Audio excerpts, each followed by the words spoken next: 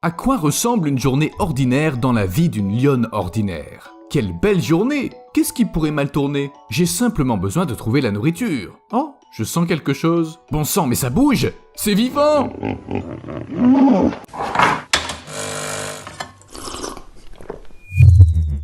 Regardons ça à nouveau, mais d'un peu plus près. Cette lionne se dirige vers l'hippopotame couché au sol. Elle s'approche directement, sans se cacher, puis elle le renifle. Mais elle n'a même pas le temps de prendre une bouchée, car l'hippopotame se lève à toute vitesse, se met à poursuivre le prédateur et il mord la lionne. Vraiment, il essaie de lui mordre la tête. Elle a eu de la chance de s'échapper juste à temps. Les zèbres à l'arrière-plan regardent ça comme si c'était un spectacle. Pour être honnête, je sais pas vraiment ce qui s'est passé. La lionne vérifiait si l'hippopotame était mort et elle l'a réveillé. Dans ce cas, bien sûr, on peut comprendre sa réaction, mais... Ok, c'est peut-être simplement qu'il n'y avait qu'une seule lionne et l'hippopotame ne joue pas dans la même catégorie de poids. Voici une autre vidéo où toute une troupe de lions s'attaque à un hippopotame. Toutes les lionnes contre un hippopotame. Elles lui sautent dessus, elles essaient de mordre à travers sa peau épaisse, elles attaquent encore et encore, mais elles ne peuvent rien lui faire. On dirait que l'hippopotame ne se soucie pas du tout de ce qui se passe, jusqu'au moment où il attrape brusquement une des lionnes.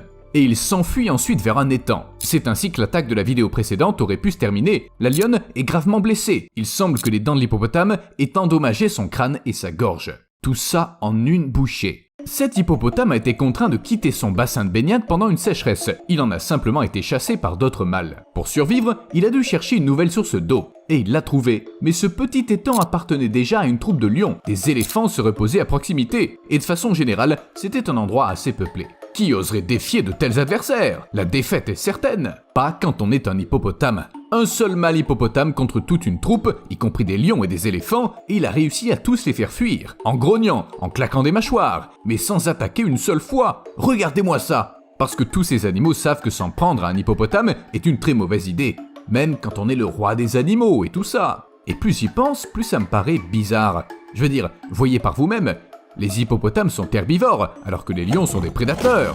Néanmoins, il semble qu'ils aient inversé leur rôle. En fait, il existe même un concept décrivant spécifiquement une telle interaction, lorsque le prédateur devient une proie et que la proie se transforme en chasseur.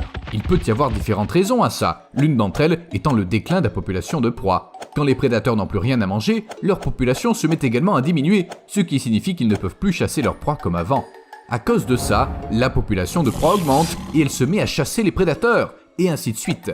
Si ce plan se réalisait avec les lions et les hippopotames se mettraient à manger de la viande. Et tout le monde sait que ces gars-là sont des herbivores stricts. Pas vrai? Eh bien, pas tout à fait. Le biologiste Joseph Dudley affirme que les hippopotames aiment manger de la viande, et ce pour une bonne raison. Ils attaquent, tuent et mangent d'autres animaux. Ils volent les proies des prédateurs, et ils sont prêts à manger même des carcasses, y compris d'autres hippopotames. Et c'est pas des cas isolés. Oui, l'organisme de certains autres herbivores peut également digérer la viande, mais en général, tout dépend de la structure de la bouche. Difficile d'arracher un gros morceau de viande quand on est un cerf. Mais les hippopotames sont différents. Ils mangent des impalas, des gnous, des zèbres, d'autres hippopotames, et pas seulement pendant les périodes où la nourriture est rare, mais n'importe quand ils en ont envie. Mais alors pourquoi on considère toujours les hippopotames comme des herbivores? Il semble que tout soit une question d'heure du jour. Les hippopotames sont actifs la nuit, ce qui signifie que la plupart de leurs habitudes alimentaires passent inaperçues. Vous savez ce que c'est, quand on se faufile discrètement dans la cuisine la nuit pour que personne ne remarque qu'on prend un casse-croûte. Quoi? C'est un gnou allégé! Et voici un fait qui m'a époustouflé. Les hippopotames mangent les éléphants. J'ai même trouvé une photo! Et bien sûr, ces hippopotames étaient en train de manger un animal déjà mort, mais je serais pas surpris qu'ils l'aient traqué, épuisé et tué. Quoi? Je pense que ces gars-là sont capables de tout. Pas étonnant que les lions attaquent rarement les hippopotames. Ils sont pas stupides, ils savent que ça peut mal se terminer pour eux. Les hippopotames sont plus susceptibles d'attaquer les lions s'ils empiètent sur leur territoire, et les lions peuvent pas y faire grand-chose. Même une lionne très courageuse, enfin plutôt plusieurs lionnes, ne font pas le poids face à un hippopotame en colère. Leurs pattes sont tout simplement pas assez fortes, et la peau de l'hippopotame est trop épaisse et glissante pour être mordue. Vous vous souvenez de la lionne au début de la vidéo? Elle a eu beaucoup de chance quand sa tête s'est retrouvée dans la gueule de l'hippopotame, mais qu'elle s'en est sortie indemne. On pense que les hippopotames ont les mâchoires les plus fortes parmi les herbivores terrestres, et leur force de morsure, que les scientifiques ont eu du mal à mesurer, est de 122 atmosphères. À titre de comparaison, les lions ont une force de morsure de seulement 44 atmosphères. De plus, la gueule d'un hippopotame peut s'ouvrir à plus de 150 degrés, suffisamment pour, en se refermant, briser des pare-chocs de voitures, des canoës et écraser des pastèques comme des grains de raisin. D'une seule morsure, un hippopotame peut couper en deux à la fois un humain et un crocodile. Les couper en deux! N'oublions pas qu'il s'agit du deuxième plus grand mammifère terrestre, le premier étant l'éléphant bien sûr. Les hippopotames femelles adultes pèsent en moyenne 1,5 tonne. Une voiture comme la Renault Logan pèse moins lourd. En même temps, les hippopotames peuvent atteindre jusqu'à 30 km/h sur de courtes distances et ils flottent bien dans l'eau. Vous imaginez ce géant d'1,5 tonne qui peut couper une personne en deux, se précipiter sur vous à une vitesse relativement élevée? Oui, c'est bien ce que je me disais.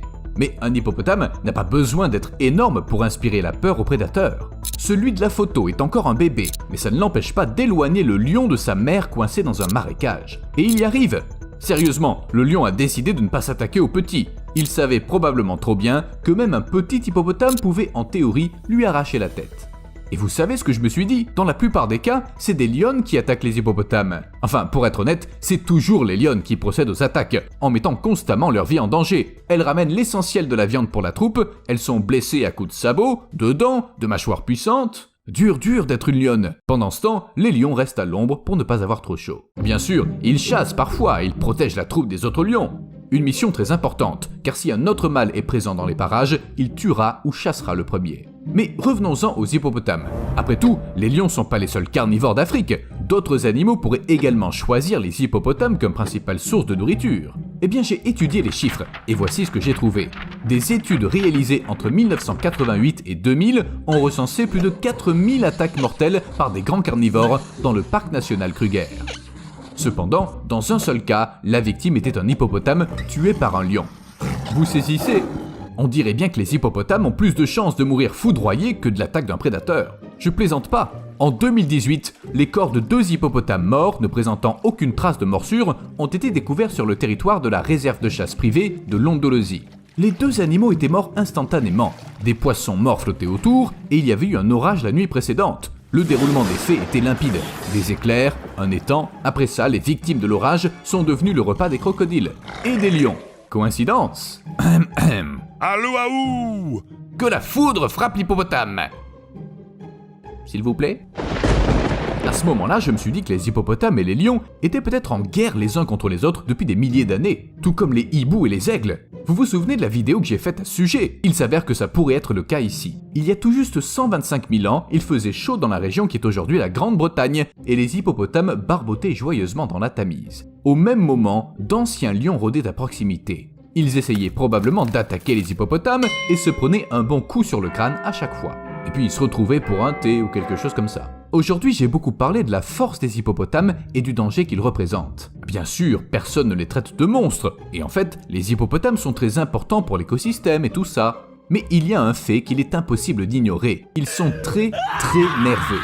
Souvent, ils sont préoccupés par les plans d'eau. Sans accès à l'eau, les hippopotames peuvent mourir à cause de l'exposition au soleil, car ils n'ont pas de glandes sudoripares. Nul ne doit jamais se mettre entre un hippopotame et son bassin. Surtout en période de sécheresse, lorsque les hippopotames sont prêts à attaquer même les animaux qui viennent simplement boire. Mais la peur de perdre leur accès à l'eau n'est pas leur seule raison d'être nerveux, car un rien suffit à énerver ces animaux. Littéralement. En famille, les hippopotames dorment souvent très près les uns des autres, pratiquement sur la tête l'un de l'autre. C'est une garantie de confort, de soutien et de sécurité. Mais dès qu'un hippopotame marche sur un autre, fait un bruit quelconque ou se met à frissonner parce qu'un oiseau s'est posé sur lui, les autres paniquent immédiatement et le repos familial se transforme en bagarre. Il semble que les hippopotames deviennent enragés comme ça d'un claquement de doigts.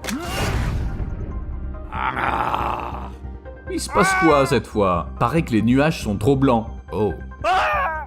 Ce tempérament coûte parfois très cher aux hippopotames. Habituellement, les jeunes hippopotames se reposent au milieu du groupe pour être le plus en sécurité possible. Pris au milieu d'un combat, ils peuvent être mortellement blessés ou simplement écrasés. On parle pourtant d'hippopotames, des animaux robustes. Vous imaginez ce qui arriverait à un humain qui se trouverait sur le chemin d'une telle bête, capable de paniquer et d'attaquer à la moindre petite irritation? C'est pourquoi chaque année, environ 500 personnes sont tuées par des hippopotames en Afrique. Ça fait des hippopotames les mammifères les plus meurtriers au monde après l'homme. Comparés aux hippopotames, les lions sont 2 fois moins dangereux. Mais si les hippopotames sont vraiment si agressifs, dangereux, forts et même prédateurs, comment la lionne du début de la vidéo a pu s'échapper? Eh bien, je me dis que cet hippopotame n'avait pas bien dormi. Ça arrive à tout le monde. À plus.